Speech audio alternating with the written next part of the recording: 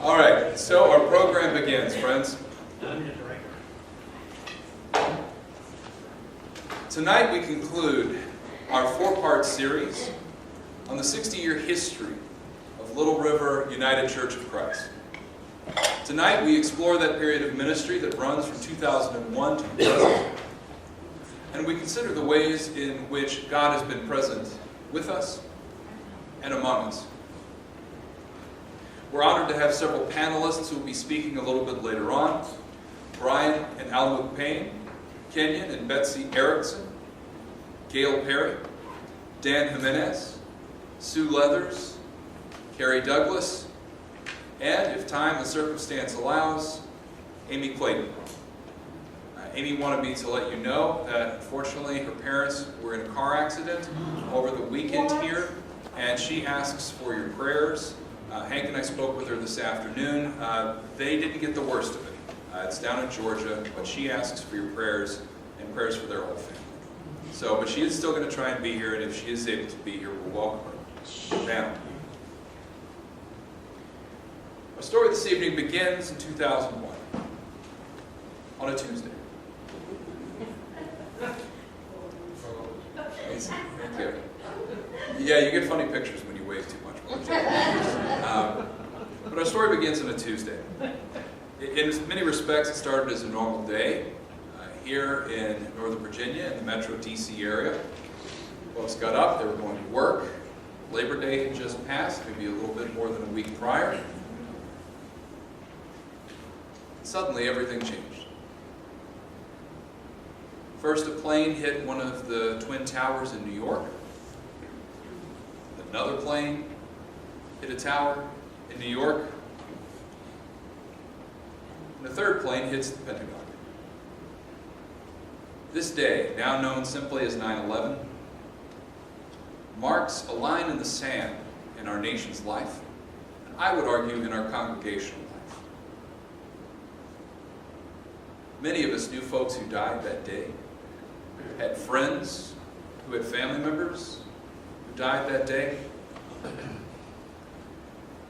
It was a day that we spent the next, arguably, 15 years trying to come to terms with. And even this month, as President Afghani has made his way from Afghanistan, we continue to have conversations about the role of American military in Afghanistan, a question whose roots go directly back to this event on September 11th, 2001.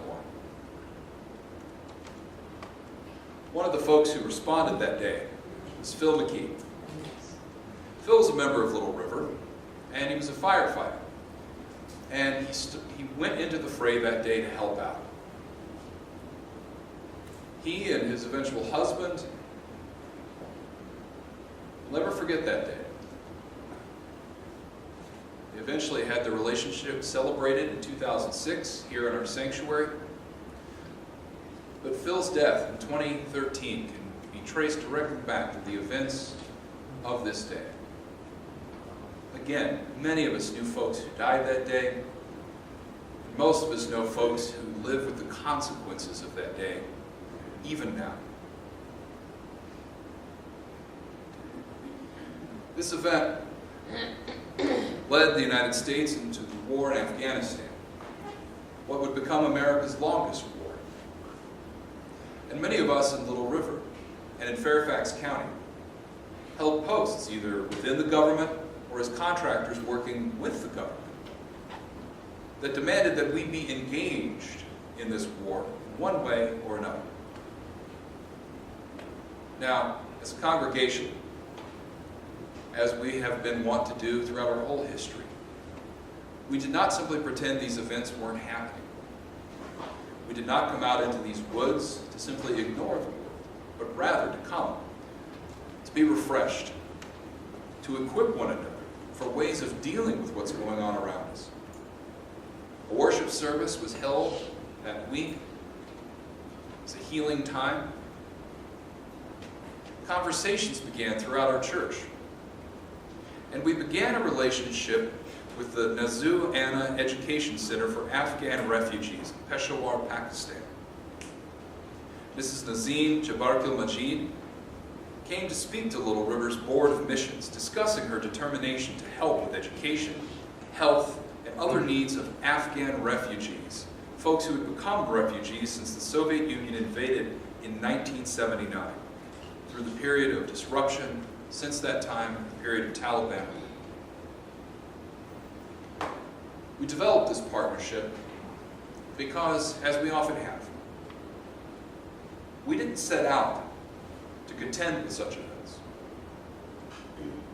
But events beyond our control demanded a response of one kind or another from us.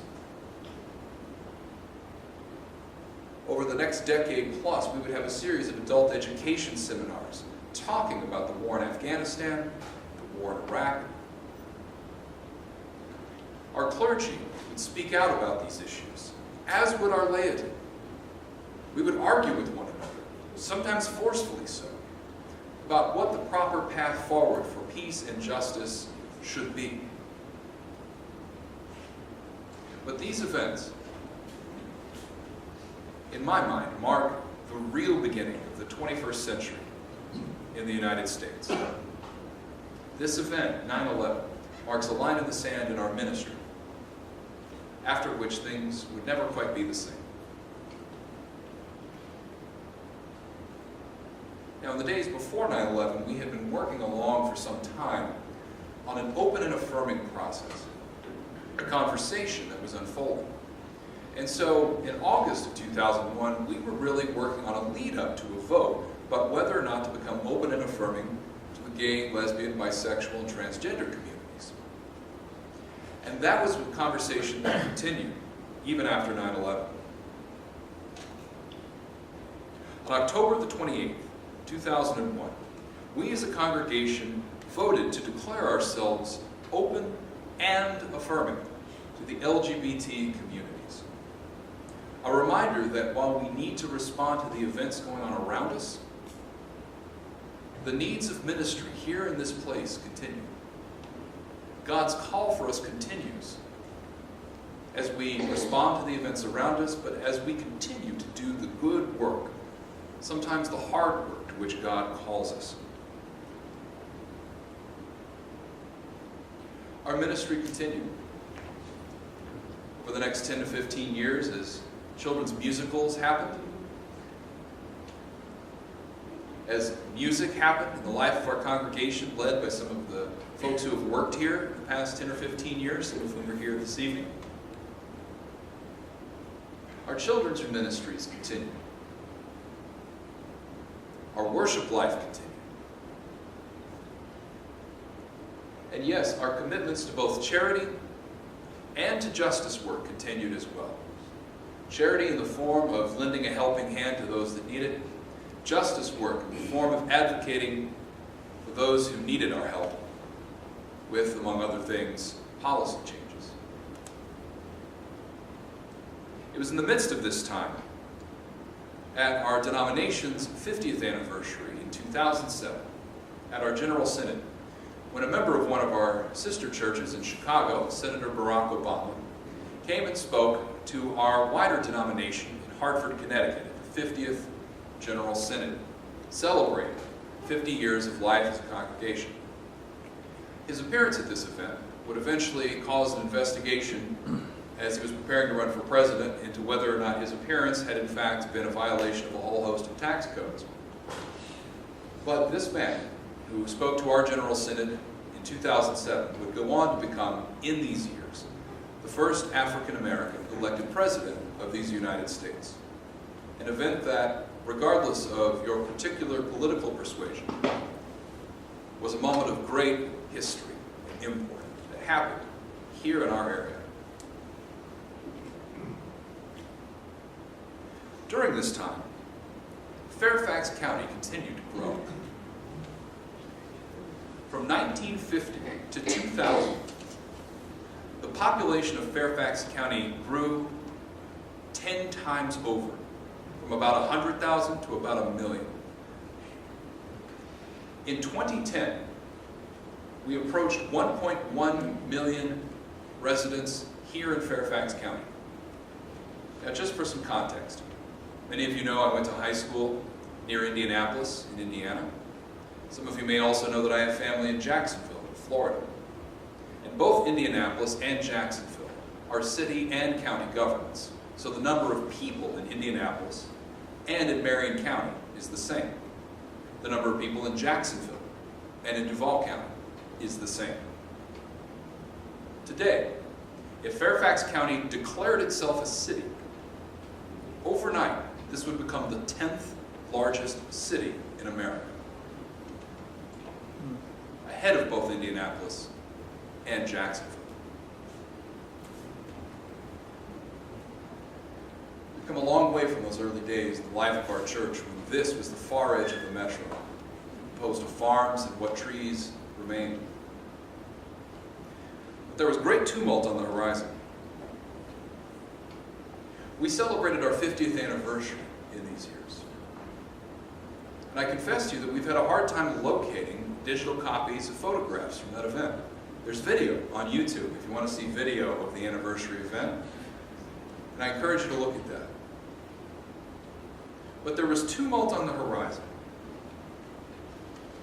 I post this particular photo here of Vern Ahrens, Susan Henderson, Ron Rising, and some other guy. I was younger then in that picture. Younger and thinner. From June 2011 to June 2014, each of these people served as senior pastor here at Little River United Church of Christ. 3 years, 4 different senior pastors. Some titled interim, some titled settled, some titled transition. But 4 different senior pastors over the course of 3 years, from June 2011 to June 2014. If life has felt chaotic to you here in our congregation in the past 3 or 4 years, there's a very good reason for that. This doesn't even take into account transitions with our associate pastors, with the rest of our church office staff, the creation of the sexton position, and more. There's been a significant amount of change in the life of our congregation these past 4 or 5 years. And for a church that's only had 3 settled senior pastors, of whom I'm fortunate to be one, that's a significant amount of change. I'm going to leave this picture up for a little bit as a reminder, but there were other forms of change that happened these past 10 to 15 years. We marked that 50th anniversary and entered the second 50 years of our life together. Vern and Jenna announced their retirement at the same time, with the idea that Jim Bell, who was also a part-time associate pastor here at the church, would leave when Vern left. And then the economy crashed, and much changed. Vern and Jenna unretired, if you will. Jim eventually departed, Jenna departed, Vern departed. Again, a significant amount of change in the life of our congregation. Now, some of you who were here tonight, were on Jenna's search committee. In fact, I believe the chair of the committee is here with us this evening. Co-chair, very humble, Jean. It took some 2 years to find her between the time when Sue Detterman left in 2000 until the time when Jenna, Nancy, and Dalton arrived in 2002. Finding a senior pastor is difficult, but finding a good associate pastor is harder. I've done both jobs. I can tell you which one I think is harder too. That would be Hank's job. During these years, we also saw a note, speaking of change in the life of our congregation, from Vern, lamenting that there were no babies of proper age available for the white gift service one year, and encouraging the congregation to remedy this situation in the coming year. During these years, we saw an increasing LGBT population after our vote to become open and affirming. And there was a stretch when it seemed like we were ordaining someone every other month for the ministry. Still, we kept responding to the needs that were going on around us. From Hurricane Katrina, to the economic collapse and the housing collapse, to the oil spill in the Gulf, to Haiti, beyond.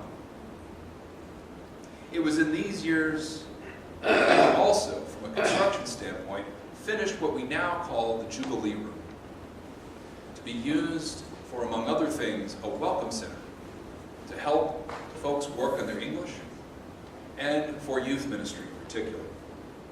In these years, the Rainbow Room even returned, a room that had gone missing in the construction project of the 1990s, returned in a new form, what's now Room 7.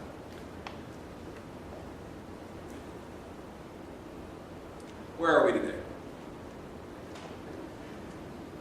As you can see from this picture, this is a sketch of how the sanctuary and the chancellor in particular would look. And since the early days when this was sketched, some things have not changed very much. And we do see some signs of stability in the life of our church in recent days. After a long interim period, we did eventually find a settled senior pastor. As of today, we've now had the same church staff for 8 months. Yay! I will ask for your help with this, but I believe it's the first time in at least 5 years that we can make that claim. And during this time, the interim time and beyond, we did a lot of work to help remind one another of the civil rights heritage which we heard about a few weeks ago, of the early days of our congregation, the ways in which we responded to issues of segregation and more. But things have changed as well. As we continue to expand our notion of who is welcome here at Little River.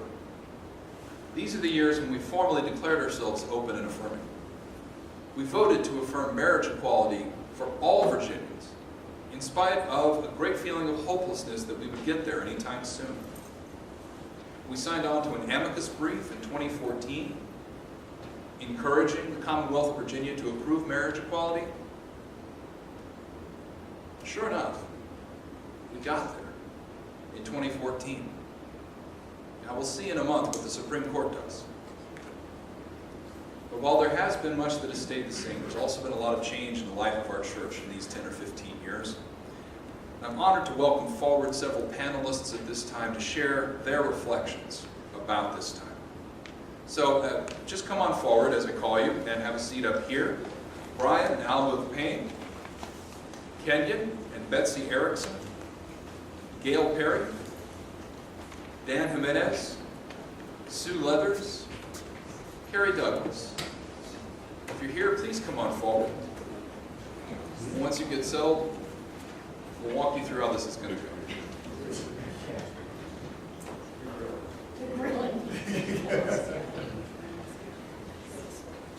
So friends, as you are getting settled, you will notice to either your right or your left a handheld microphone. We are recording these conversations for posterity, so please, even if you do have a booming voice, please use the microphone. It will allow us to record your memories that they may be preserved and retained for posterity in the life of our church. Who would be willing to go first to share some of their memories and reflections about the past 15 years in our ministry here at Little River?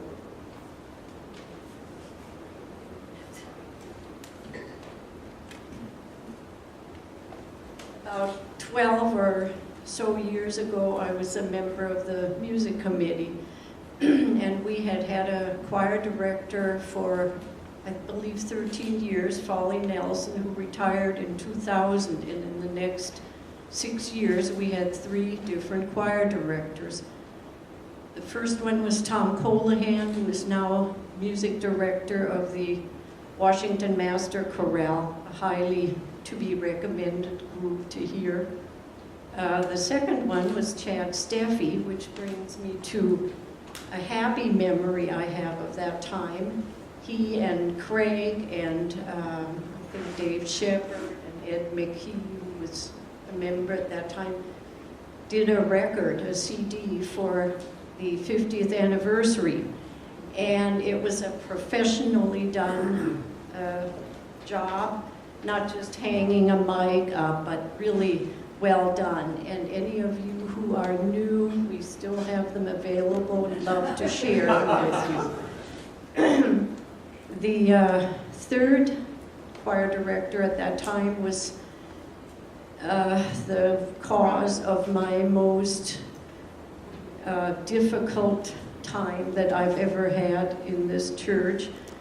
Her name was Robin McCord, and for many years of her life she had been Robert McCord, very active in the music scene in Fairfax County, director of different choruses and also the Fairfax Presbyterian Church chorus.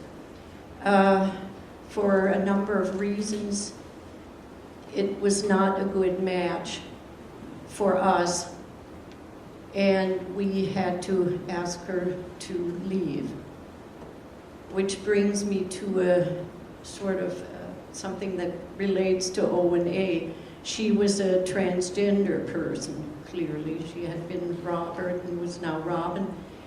But she never wanted to talk about it, even though many people knew her from her 30-odd professional years. So that when it all came to a very difficult end, that was never an issue, fortunately. So I think, despite the difficulties, she felt accepted here, and that was the silver lining on that dark cloud.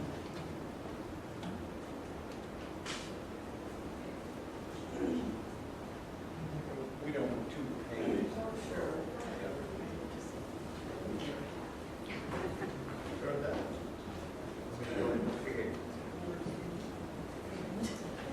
Okay, my name is Dan Jimenez, and I was talking to Hank and said, Hank, what would you want me to tell them? I said, well, how did you get here, and you know, why did you stay, and you know, all that stuff. So, and I told him it doesn't take 2 or 3 minutes to actually tell the story, but it was through Clark who invited me to attend a service here, because he, as a child, went to this church. And so I did, and it was it's just like, the congregation is like a personality, like a person that you meet for the first time, and you know that you like them, or you like the personality of the church or the congregation. It also brought back the part of my life when I went to college. I started very early in college. I was 15 and a half when I left home. And I found a church in Manila. It's an ecumenical church. To be very much like this. The atmosphere of the church, I mean, the people. It's very difficult for me to explain exactly why I'm here, but it's all the way in my heart. And it's very transcendental, if I may say. And that's why I'm here, that's why I'm staying.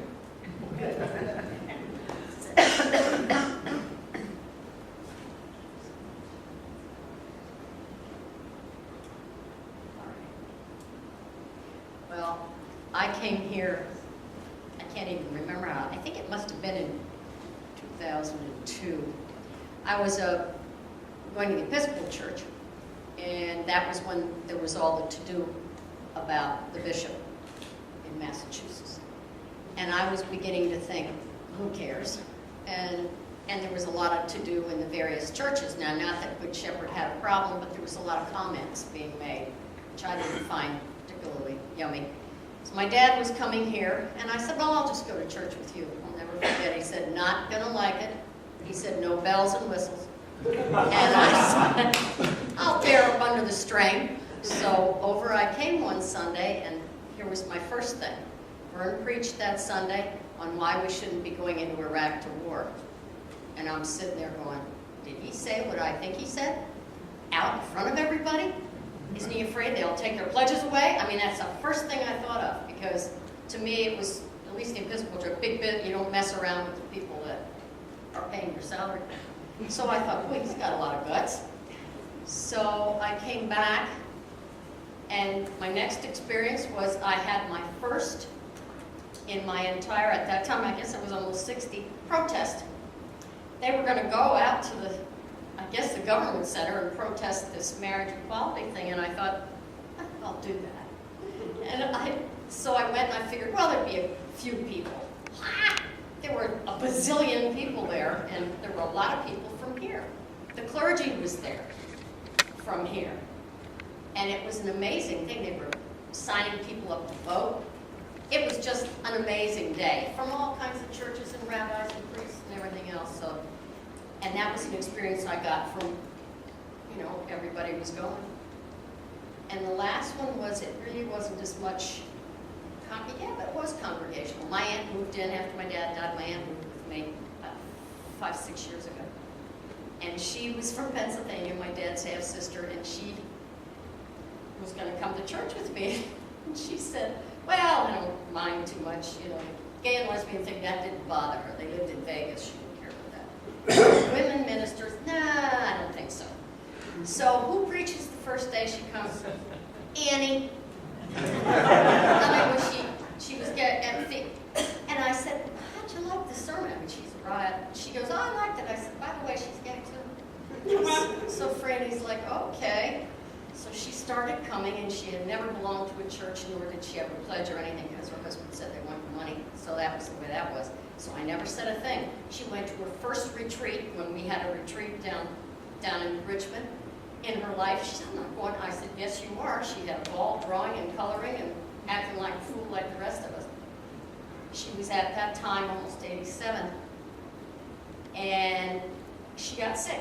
She had open heart surgery. Susan was there with her, and she had gotten, first she loved Jenna for all it was worth, and then she was madly in love with Susan.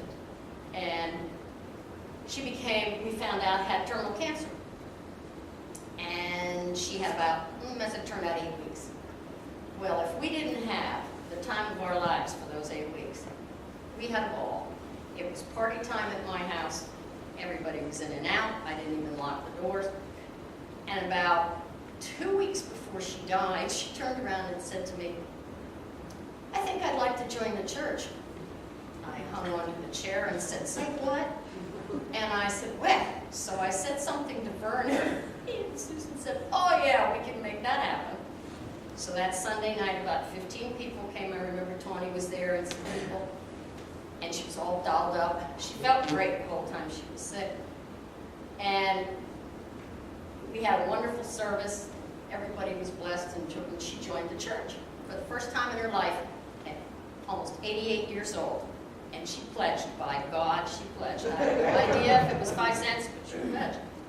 And that night she said, I didn't know about you people. She said, when I came, she said, but now everyone is my brother and sister. And put her hand, I'm telling you, I've had some moments in my life, but that was a powerful moment. And she had Jenna and her husband came the night before she passed away, and we sang spirituals. She was in a coma, and her little hands went. And the next day she was as peaceful and passed away. But it was wonderful. And when I think what it would have been if she'd have been in Pennsylvania with nobody, nothing. Instead, she went out of this life confident, sure, unafraid, the way I want to. This is part of the reason I'm in the church. It's not as important, I guess, to other. It is to me. I want to be straight, but I want to be able to do the same thing and walk my way out just like I came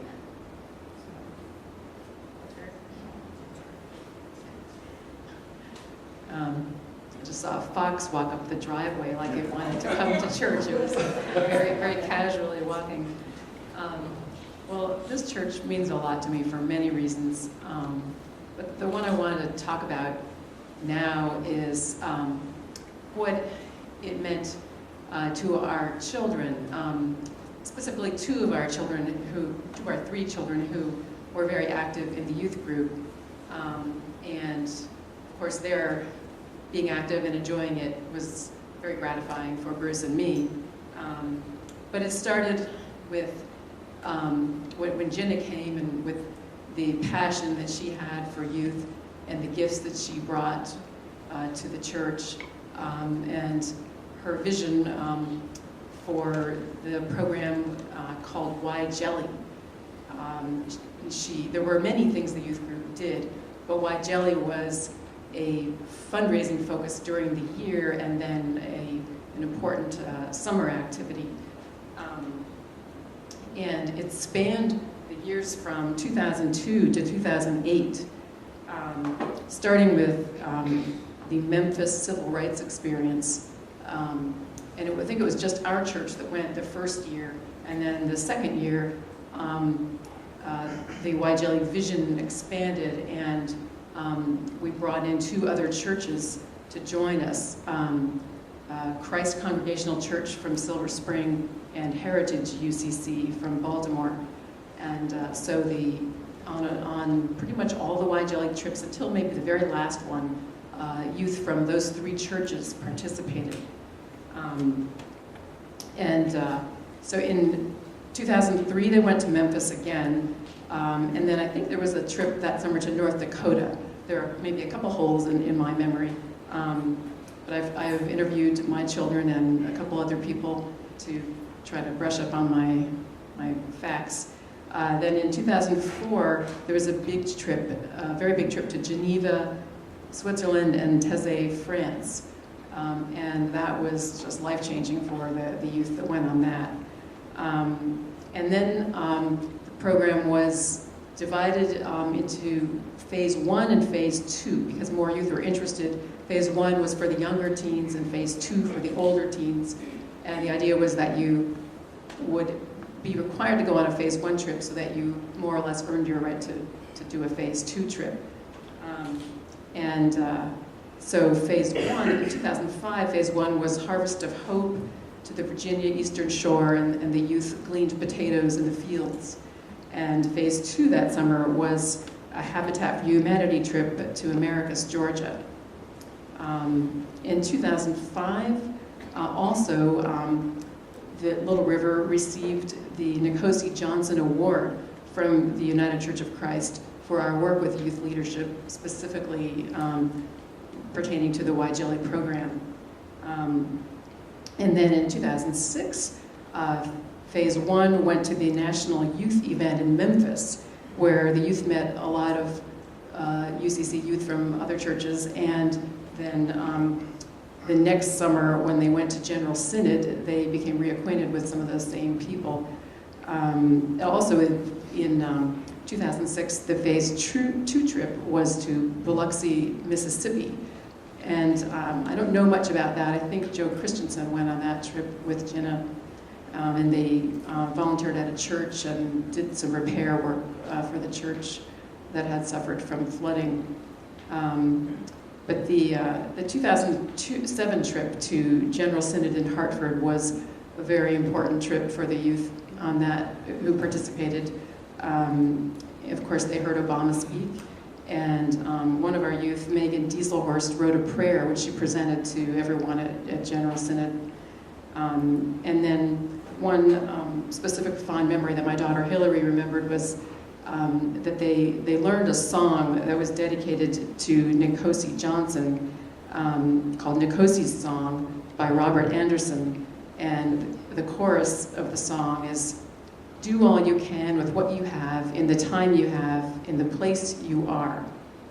And Hillary said they sang this song over and over and over at General Synod, and then they brought it back to Little River, and we all sang it here. That was another part of Why Jelly was that for every trip they went on, they had to come back and do a program for the congregation to inform us about what they had done. And then the very last trip was to the Lakota Reservation in Bridger, South Dakota. Jenna and Vern went on that trip as the only chaperones. And I believe the other 2 churches had decided to discontinue their participation in Why Jelly at that point, so it was just our church that went to South Dakota. But the youth really learned a lot on this trip, and they were struck by the fact that it was 85 miles to the nearest supermarket, that there was extreme poverty and alcoholism, and then Hillary, my daughter, and Lindsay Dowell both had to sew dresses so that they could enter the sweat house with some other Lakotas. And then they also saw the Lakotas perform the sacred sun dance, which Hillary said was very special. So I'm almost finished here. Another thing, that they all had to write journals on their trips, and of course all of us had to do fundraising every year to sustain the program. So there were golf tournaments and silent auctions, and we also sold white jelly jam, which everybody seemed to enjoy. Anyway, I think that the mission of White Jelly was really important and really impacted a lot of people. And as I remember that the mission, specifically, the goal was to build friendships and understanding with diverse youth from other churches, travel together and give to another community, and then bring back those experiences to share with our church community. So anyway, it was just such an important program for a long period of time, and we were really blessed to have it at our church and the energy that it brought. And there were many other things the youth group did, but probably some other people could address those things.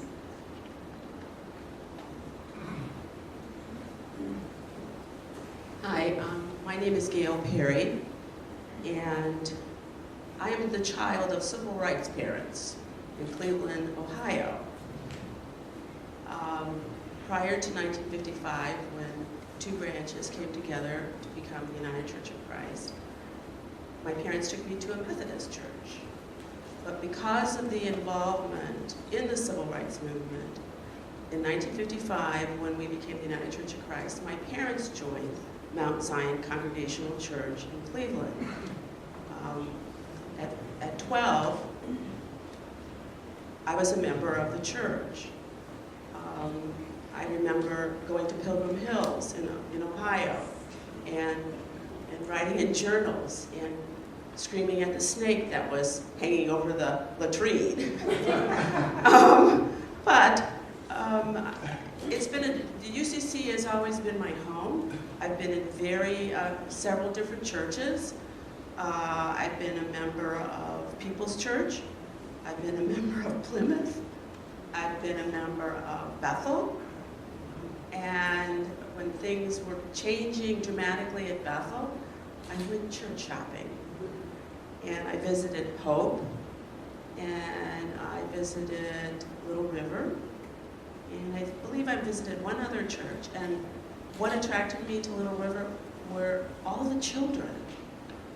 My son was about 12 or 13, and I wanted a place for him to come to have the same experiences that I had as a child. I was very active in Mount Zion's choir and their youth group, and it was such a positive influence on my life that I wanted him to have that.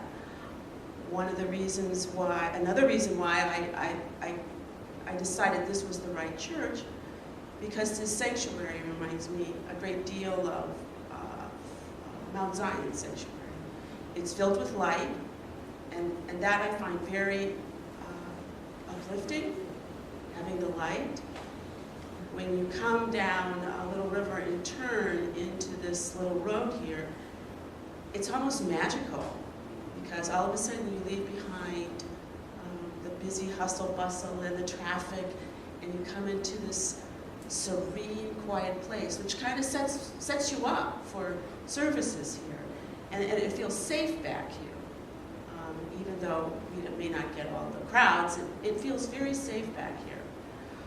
I have always been a member of a UCC church because it says it has a very strong history of civil rights, of supporting African Americans. I have visited the replica of the Amistad, the actual ship, and know the history of Amistad. So the UCC goes back a long, long time. We've always been very democratic people. It's always been an organization, a church, body that everyone participates. It's unlike many other branches of African American churches where the minister tells everybody what to do. We tell each other what to do. And it's a sense of community. It's a beautiful sense of community. So that's why it's just another step on my journey. I'm hoping this is my last church. I've had so many. But it's always been the UCC for me.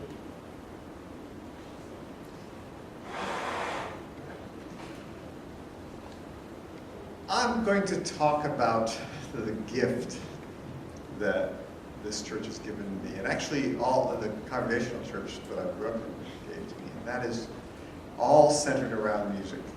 And those of you who watched me direct the Salt of the Earth Choir for 8 years know that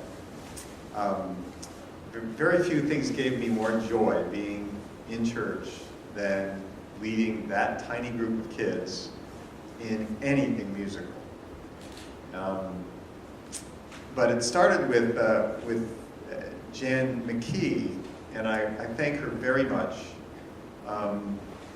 But the church gave me that opportunity, and I really, Jan really facilitated it in the early days because I was working in church school as a teacher, and then working with her when we used to gather all 40 kids in the church school before we sent them off to different classrooms.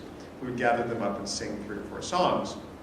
And she enlisted me because I play guitar and she plays piano, and that also gave her a chance to be more of a leader and teach them the words, and I would just play guitar along with her.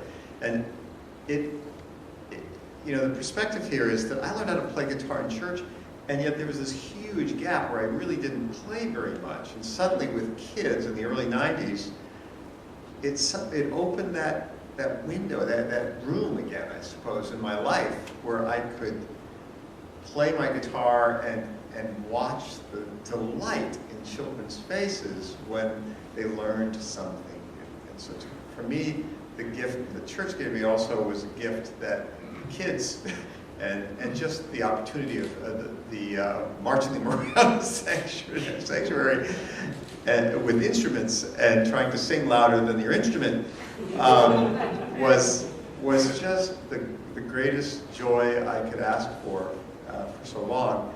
And giving that up 2 years ago was tough, but I decided it was important. But I still, just so you all know, I still go to the church school rooms and I still play with them. Because it's still a delight and it's still a gift that the church gives to me every time I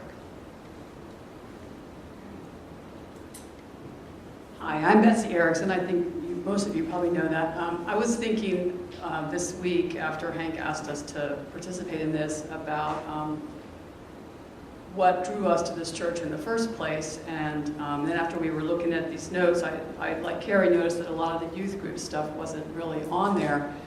And so we joined the church, we can't remember exactly when, I'm sure you guys have a record of it, sometime in the mid-90s. I think it was, at the time, we had 2 little boys, adopted biracial children, and we had not been churched at that point in our married lives. He grew up in a congregational church. I grew up the daughter of a Presbyterian minister in the South. But he was a very progressive Presbyterian, and he actually was very active in the civil rights movement and had marched with Martin Luther King. And that was the legacy of my upbringing, was progressive churches.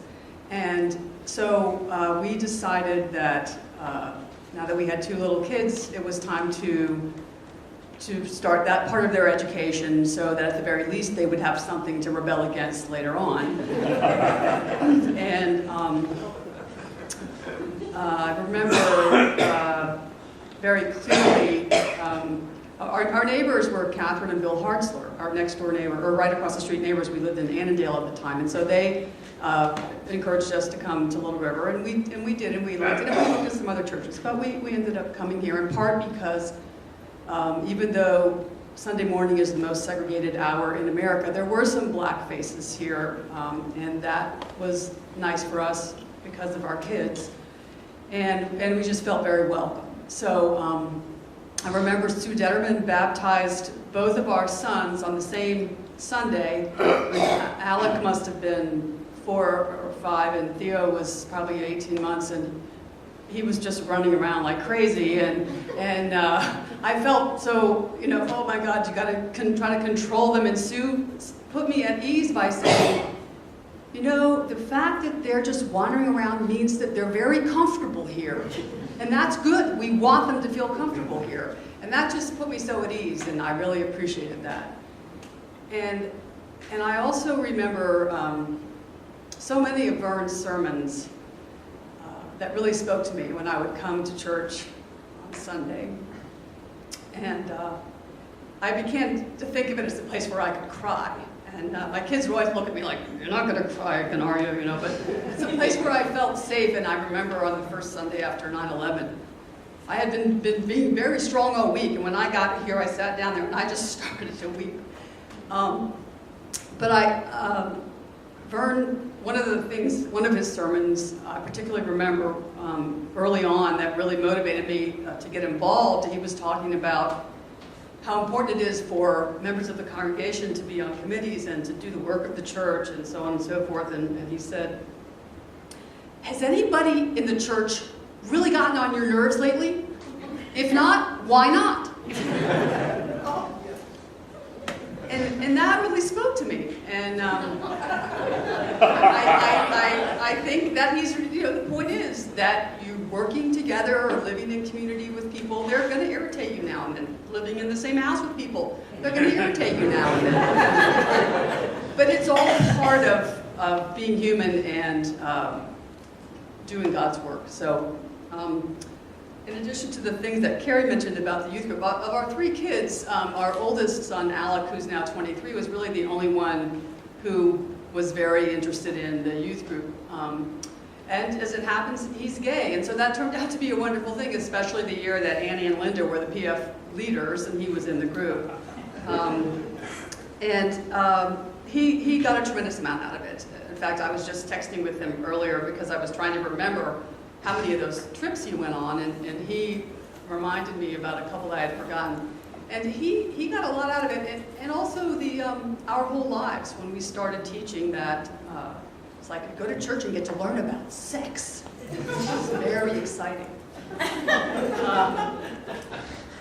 And then after we joined, our daughter Lydia was born.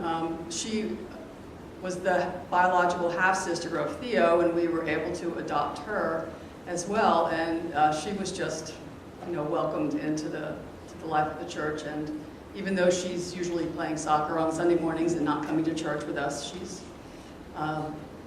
she used to come and she sang in the choir. All the kids sang in the choirs actually when they were little, and that was really a great experience.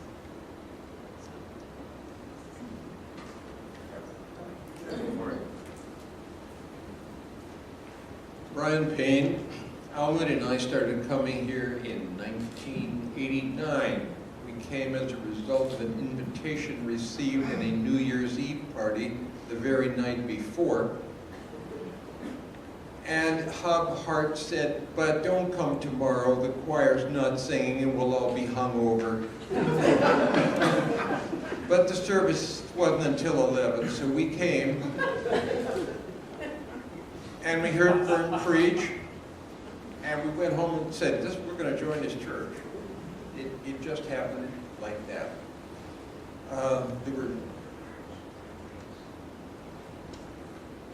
yes, and Alwood reminds me, and the organ. So Vern and the organ, big draw.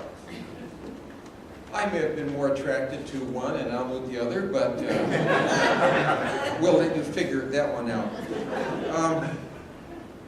Being a good bit like Vern myself, highly organized, structured, control freak, when asked to do this, I sat down and made a quick list of things that I thought were significant that had happened in the last 10, 12, 13 years, and in about 5 minutes I filled up a whole page. I'm going to pick out about 3 of those and mention tonight.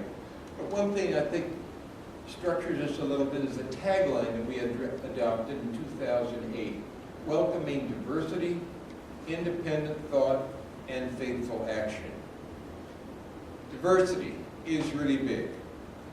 This church attracted us also because it was racially integrated. That felt right to us.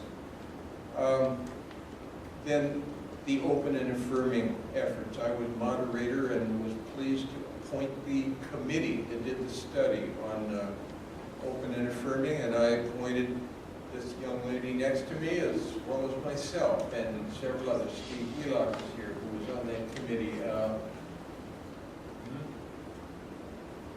Anyway, that was significant.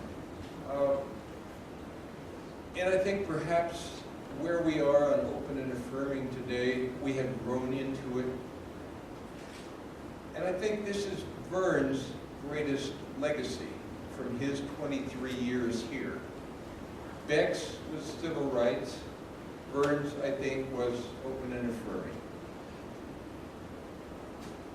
Remember the bouncer ad contest? Oh, yeah. The bouncer ad that was such a wonderful thing that the UCC put on. And then they had a contest to see which church could win and attract the bouncers. And the bouncers would come talk to us, and they divided the churches up into 3 different sizes. And Jim Bell went to work and raised all sorts of money. I think he begged a lot of money from his son, and we won. We won. And so we had an evening when the bouncers showed up, except one of them missed the plane. So we only had one bouncer here.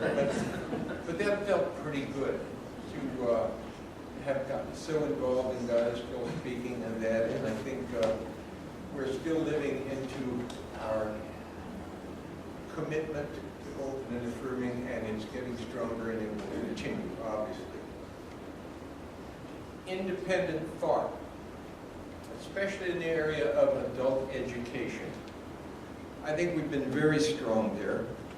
I remember Vern leading a bunch of book discussions at 12 o'clock after church or in the summer, where we read Borg, we read Crossan, we read Spong, and other things like that, and started talking about Christianity for adults, getting beyond Sunday school and all the fairy stories that we remembered that tend to affect our lives. And we need to re-envision some of this as metaphor and so forth. That actually helped me stay in church. Without that, I probably wouldn't be here. Progressive Christianity. We had a sermon and a Lenten series in 2005. I found a handout from Vern on progressive Christianity and what that meant. We never became progressive Christian with a capital P and a capital C.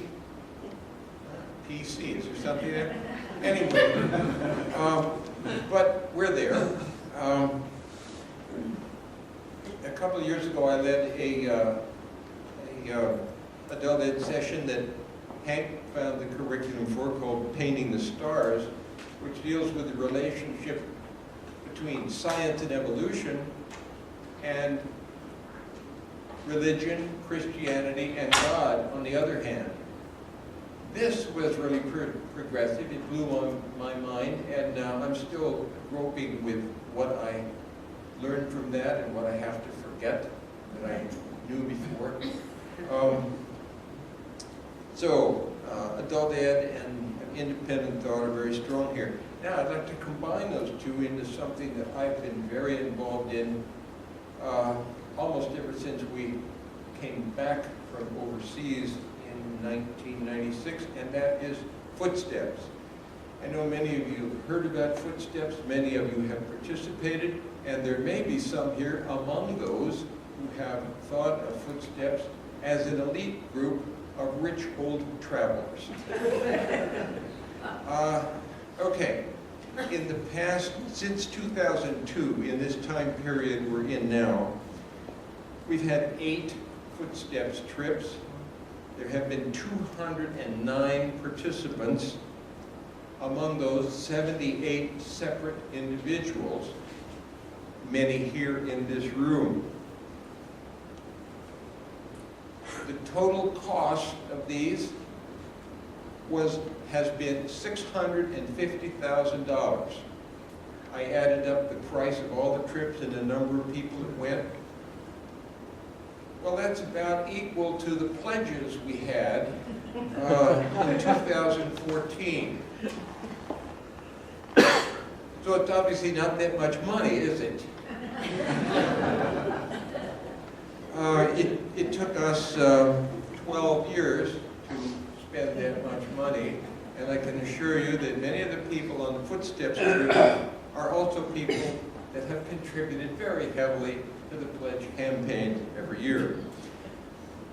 Each trip was preceded by and often followed by a seminar series where we had a chance to explore the question of who are we and what is our relationship to the world and what is our relationship to God, which is really what Footsteps is all about. Education and fellowship. We studied history and current aspects of Protestant and Catholic Christianity, Jewish and Muslim religions. These were involved in several of our trips. And we tried to have a session afterwards as part of a worship service that would pass along what we learned. I think we had about 36 talks by ourselves and by other people. We've got David involved in that now, getting ready for the next trip. I think Footsteps has been one of the things that brought me closest into fellowship with other members of this congregation. It's been a wonderful experience, and it too, like our commitment to diversity, this can continue and continue to involve more of us. Faithful action. I'm going to take this in a little different direction. In order to carry out faithful action, we need to ensure our continued existence. In 2006, largely with the help of Rob Peters, we established an endowment fund committee to manage an endowment fund. At that time, we had about $30,000 in endowments in the church, and we have now something like $300,000. We're not using this money yet, but we've grown. We're getting there, and this is going to help continue the life of the church, and I'm really happy to have been associated with that. So, the last time that Betsy Erickson and I were on this stage together was one Sunday when she and I took half of the sermon time each to talk about our personal involvement with stewardship. And it's fun to sit here again tonight and think of that. And I don't know whether we bored everybody, whether we drove everybody away, but and I'm not sure exactly what that was, but I do know that we have done pretty well in the past in our campaigns, and I think we reached a height in 2008, just before the great crash of 2008. So, one final thing on the survey that was conducted prior to David's coming here. There were top 10 points in the survey. Maybe you remember them. Number 11 wasn't mentioned, but number 11 was the revelation of the financial strength of much of this congregation, how much potential we have for keeping this church going if we all think about how much this church means to us every year. Yes, I was chair of the stewardship committee for 3 years, and you can probably tell that. Anyway, the diversity, the independent thought, the Footsteps, stewardship, these are things that can continue and will continue in the years ahead, I'm sure. I would just ask if you would join me in thanking our panelists this evening.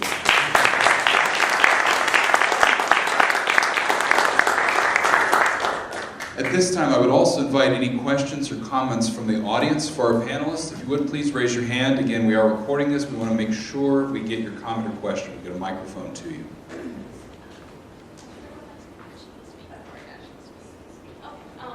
Hi, I'm Amanda Mingus. One thing that's, sorry. One thing that's been I feel like it's been a little neglected in this discussion is the youth group after Why Jelly, because I don't even remember Why Jelly, and that's because I was like 5th grade, maybe? And so it was a non-entity in my youth group experience, and my youth group experience was kind of really weird, because it was sort of in the transition period between Vern and everybody. Frankly, that 4-year period where we had 4 different pastors right in the smack dab middle of my growing up into adult. I'm not an adult, but yeah. Yeah, and so youth group was really shaky for a while. We kind of didn't have a lot of footing. We had junior PF with Jennifer Atkinson and Eric Pankey, and I remember that very well. But then we kind of didn't really have it in 7th grade, which would be 2010. Yeah, that sounds right. And we found a pastor, and it got more steady, but then we weren't exactly very sad to see her go. Then we thought we found a pastor, and then didn't. Through all of this, my mother was very, very helpful. My mother was very, very helpful, because she was probably the steadiest person we had until Hank came along. So.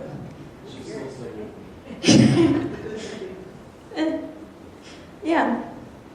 Youth group. Absolutely, man. Thank you for those comments. And any responses or any thoughts for the panel that came up for you as you heard that?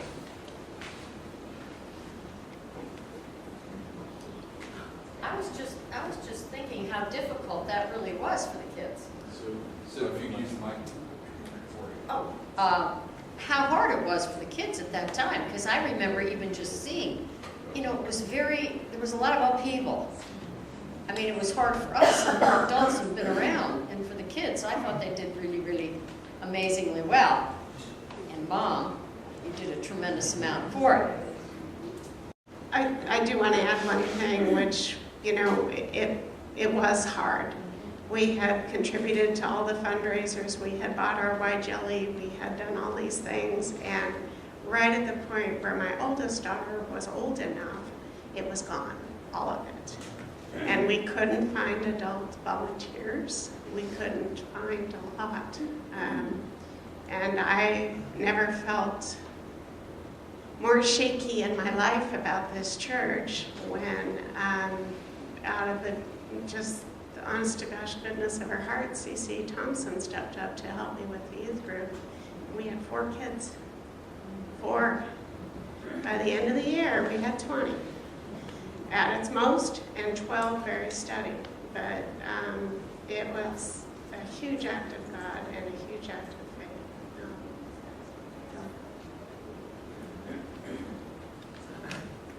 And a huge act of willpower on your part. Thank you, Carol. I have 2 comments. One is I am so grateful to this church for the opportunity to talk about going back to my tribe and rediscovering my heritage, and then being able to stand up here and talk about what it meant on a Thanksgiving Sunday of all times, which I said at the time was really appropriate because they're Thanksgiving people. And the sabbatical was life-changing in every sense of the word. And then to come back and share it. It would have been worth it anyway, but to share it made it just, it squared it. The other thing was about the open affirming process. To say it took 2 years is the wrong emphasis. We took 2 years to do it. that was intentional. We didn't want to push it too hard. We didn't want to shove down people's throats. I'm sure there were probably people that felt it was, but we wanted very much to have buy-in from the whole congregation. I've been thinking about this for the last couple of weeks, and the dispute, what dispute there was in the congregation, the open and open affirming has two meanings. One is open as welcoming, and we had no trouble with that whatsoever. The other part of open is public, and publicizing the fact that here we are. That we had a little trouble with. And I still remember Ben Guest was here at the pulpit, and besides his wonderful coming out story to his parents, he said, some of you may think that if you announce that you're open and affirming, next week the pews will be full of gay people. He said, if only it were that easy.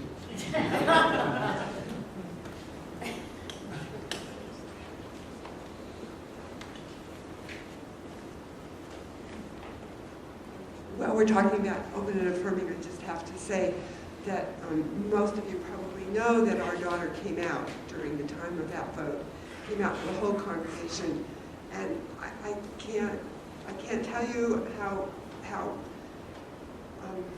I feel about that. She felt safe enough to do that. Most of the people in the church did not know that she was gay. Her family did. We encouraged her to come for the vote. We had no idea that she would do that, but the fact that she could say, I grew up in this church, and it's important that you vote this way, has meant so much to us and our family. Thank you.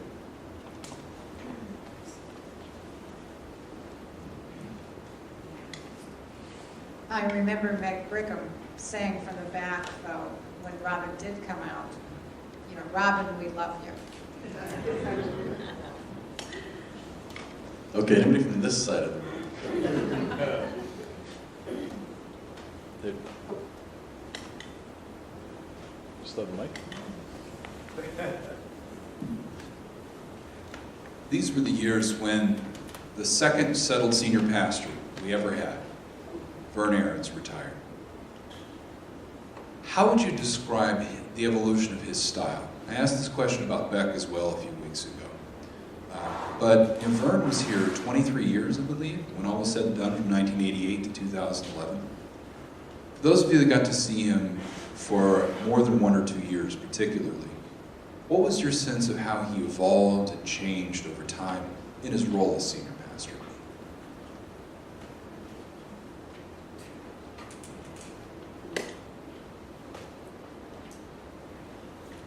I think by the last 2 years, Vern relaxed a little bit. He didn't care if every break cube wasn't cut just right. We didn't have lay liturgists for a long time in Vern's pastorate, and eventually we started having that, and I think that was good.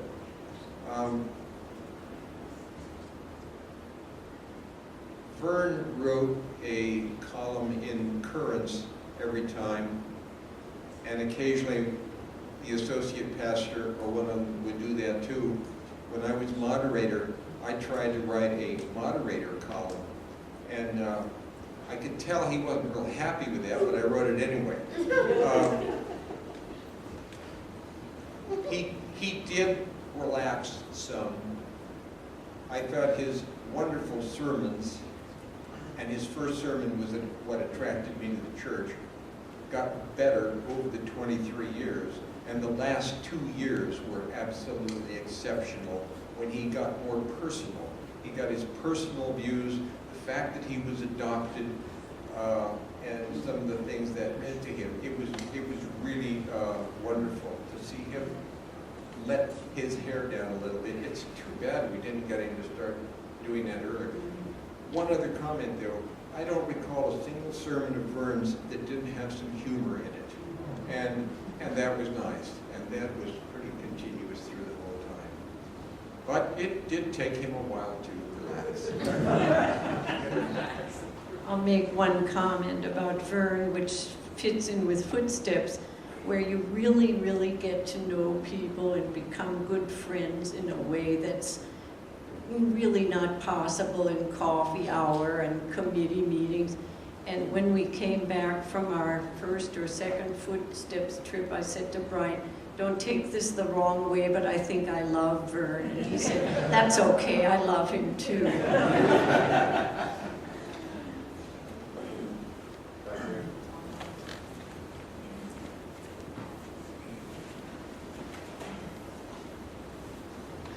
Well, I think you're right on the mark. I beg your pardon.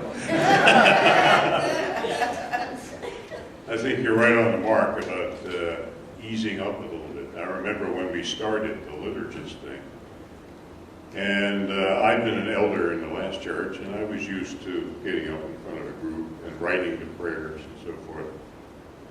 And so I talked to Vern about what he wanted, and did you want me to write a prayer? Instead of that, he wrote the prayers. He came around on Friday and left the draft of what he wanted in your screen door, so, in between the doors, so you have it ahead. And by the time he left, he was saying, yeah, if you have any problems, let me know. And you go ahead and write the prayer, and, so he had loosened up a lot in that respect. I think Jim Bell probably helped him do that, because I think no two ministers could have a greater contrast. Jim Bell and Christine. And Jim Bell would get here at the last minute and say, yeah, you go ahead and do what you want to do. And Vern had to have it nailed down ahead. So. But he loosened up a great deal. Good questions or comments? For many of us, Vern had children the ages of ours. So as ours were growing, his children were growing, his family. So, you notice that people are different as their kids get older. But one thing about Vern, and probably at the beginning too, was the sermons, he always put himself into the sermon. So as several people have said, we got really well acquainted with him as a person from listening to his sermons. And it was good that he had the kids. They came when they were young teenagers. So, he grew along with the rest of us too.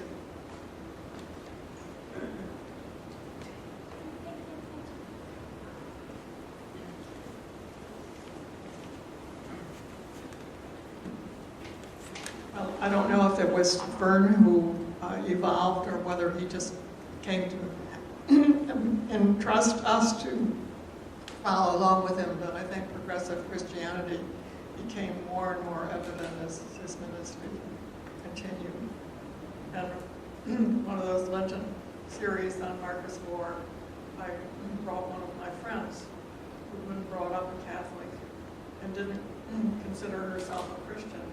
But at the end of that series, she said to Vern, well, now I can call myself Christian again. I actually did have something to say. One of the first times my son, Spencer, went on a youth trip, it was Vern and Jenna. And right now I can't think of where they went, but I had called, because Spencer wasn't 100% right before I left, and I had called. And at that time, Spencer did not have a cell phone, so ended up, Vern had called me. And he was whispering to Spencer, don't forget to tell your mom about the finger you cut off. And I was just, I had not, other than a little bit of humor in his, kind of dry humor in his sermons, I had not seen that side of him. And he just kept going on, come on, Spencer, remember, tell him you had to go to the hospital, you had to get, all this stuff. And I'm going, Spencer, are you forgetting to tell me something? But that was just the side of him, and Spencer's like, Vern and Jenna were cutting up the whole trip. And he was surprised too, because that's a totally different side of Vern. And it was good that he could do that with the kids, because Spencer's like, he is a real person. You know, because you see them up there and they're kind of like teachers and, you know, but to see that other side, you know, it was funny. Not so much at first. So that's why you won't let them go on the more mission trips, huh?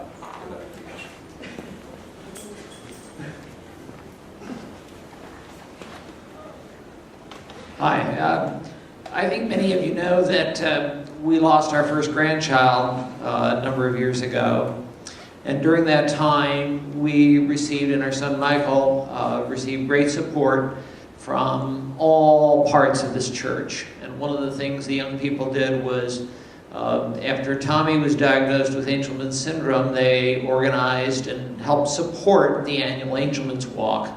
And Michael would bring Tommy in, and the kids would get to know him. And it was, I think, an incredible learning experience. And Jenna was a very important part of that, I think, helping the kids learn an awareness of not all God's children are not perfect, and helping them understand the importance of love and respect for others. But I want to also recall Vern's wonderful pastoral care when Tommy did die, and along with Jenna, they were there for us. We did not feel we wanted to make it a very deeply religious event. This was, of course, a cross-cultural event because of our daughter-in-law at that point is from Georgia, and there were parts of the things that they felt were important, including bringing a Georgian priest to the service. But Jenna and Vern were just wonderful in being there for us, being there for the family. Not in an intrusive way, but in a way that was very respectful of where we were as a family and for the relationships we had. And I'll never forget that pastoral, touching hand and care that we had from both Vern and Jenna as we went through the death of our grandson.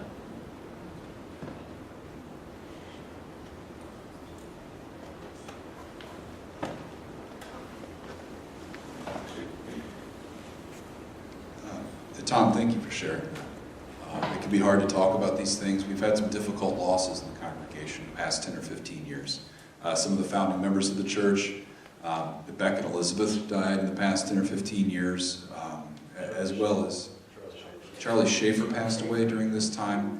We had a lot of losses in this time. But I just want to lift up, I hear it all the time, and it changes shape. We had Stephen's ministry at one point. During this period, we had the Call to Care program. The care that souls give one another in this church has been well documented throughout the history. Not just the pastors ministering to the people, but the people ministering to one another as well. And there's ample evidence of that in the documents of the history of this church. And it's a good reminder to me that our ministry is indeed that. It's our ministry.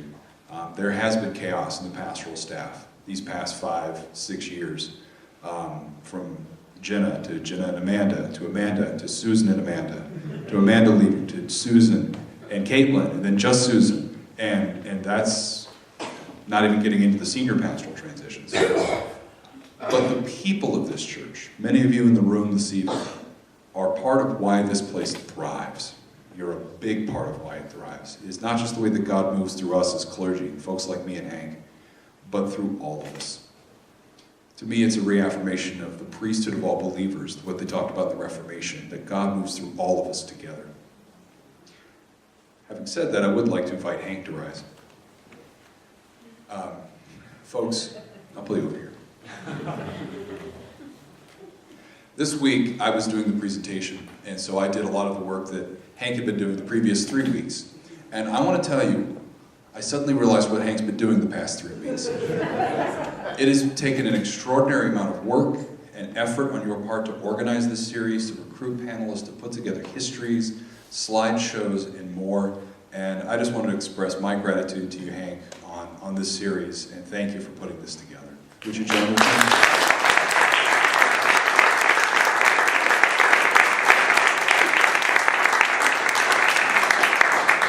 I gotta tell you, though, I couldn't have done it without each and every one of you, and all of those who've come before.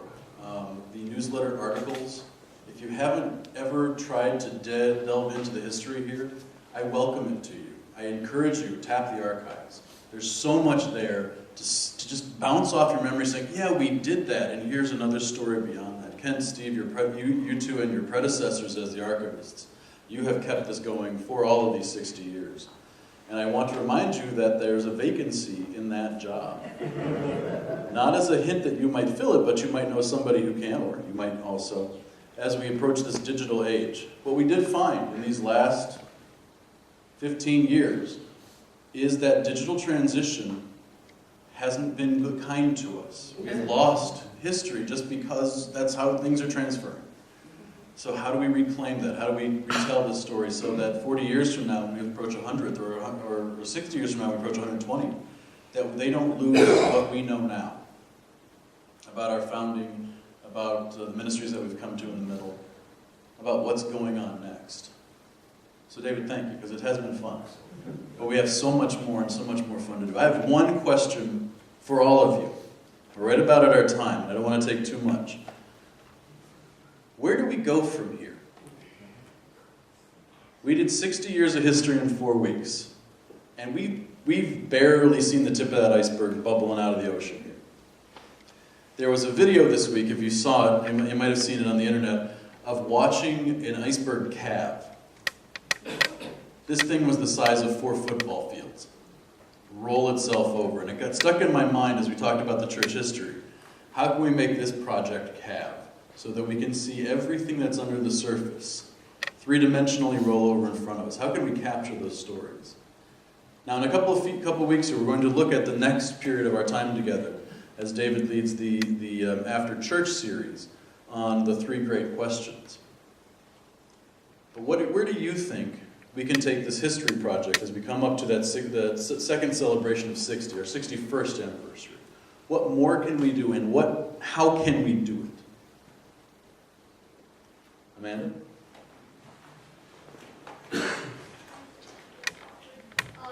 Well, I think an important part of what we can continue to do is continuing our missions with civil rights movements of both LGBTQ and of African Americans and other racial minorities in our country. And I don't know how, and quickly, these racial minorities are quickly becoming the majorities, and then so I think we need to continue to support and uplift people of all races in this country and in this church, and make sure that we don't just kind of say, well, we're done, because we're not.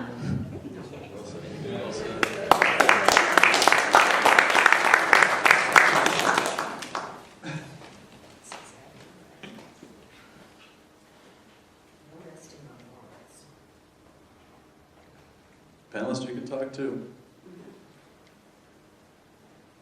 Looking forward, looking back. What do we need to do, and what can we do to claim more of our history?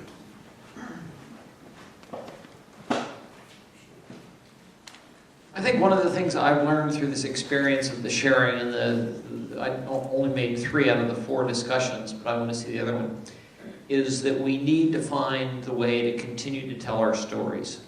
Those stories are so rich, both the ones that are humorous and funny and insightful and things that have happened that weren't expected but turned out okay because we all laughed about it afterwards, or discussions we've had, or people that we've heard from, the experiences we have gone through as a congregation. We need to keep those stories alive so that not only can it continue to be inspiration to us, but especially to those younger generations that are starting, to the Amandas and to the others, that come and hear and learn from those. One anecdotal experience I'll share is when my oldest son, Michael, in the PF program, I believe it was maybe in the confirmation class, had the opportunity to go interview an older member of the church. He came back from that experience. It was with Woody Crockett, and he said, I never knew what that man had been through and what he had been. And that was an experience that he will never, ever forget. And I think for every one of our young people coming to church to hear these kind of stories, for us as an older generation, and I now say myself as an older generation, learn those stories, share those stories, but also hear from those young people about the kinds of things they are experiencing is the richness of Little River. And I think that is where we need to continue going.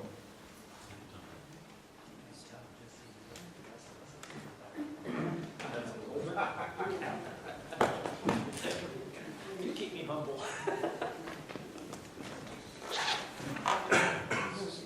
Okay, I'm sorry, I thought you were talking. Okay. I wasn't sure, you know, one person was pointing at another, and I was like, okay. Well, I appreciate what you said, Tom. I think you're absolutely on target. That's where the digital part comes in improving our technological skills. Hank's been superior. He teaches me something new every time I'm around him, and he's so good at it. But more of us need to be good at it so that we can make that our repository of our history and our plans for the future too. That's one of the things we have to really work on. Perhaps we could get some help from Hillary on this business, keeping stuff in a digital age. Nonpartisan. No endorsement. We put out an appeal in Currents a year or two ago, requesting stories about the church, about people, about incidents, about services that were very important, anything that struck people. You know how many responses we got? 0.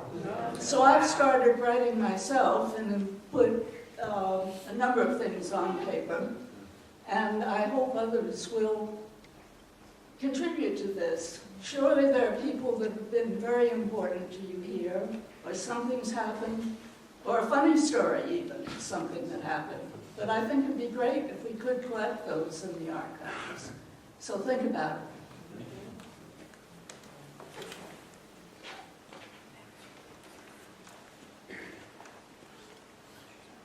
Just kind of generically, one of the things that attracted me about this church was this wide open expanse of glass over here that seemed to be inviting the outside in and the inside out. And I think one of the critical things we'll have is facing change, because change is inevitable. It's kind of hard to predict what it's going to be sometimes. But I think we can't afford to sort of isolate ourselves and be happy amongst ourselves and ignoring the outside and the changes that are happening. We heard Amanda talk about one, I think, and that was how the minorities are on the way of being the majorities, and how we're going to deal with that. But in any case, being willing to take on change and examine it at least, and not hide from it.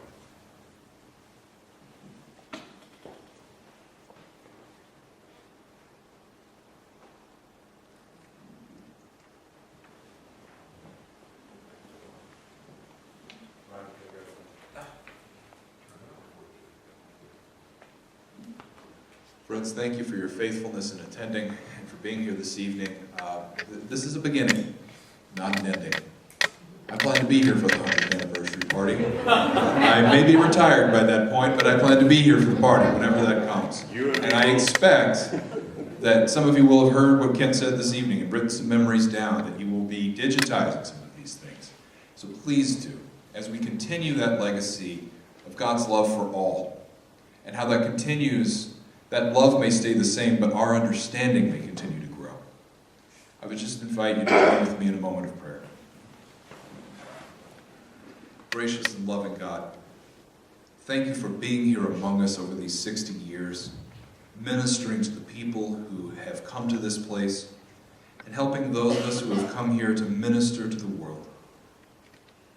Thank you for the light of Christ illuminating our path yet again, helping us to be people of faith, hope, and love in this place and out in the world as well. Tonight, as we go out into the evening, And as this journey of Holy Week begins, help us to know that yes, there may be death on the horizon, but there is resurrection as well. And may you pour out your Holy Spirit upon this church again, that we may be renewed and refreshed, and that we may be your people in the world. Amen. Amen. Thank you all. We'll see you in church.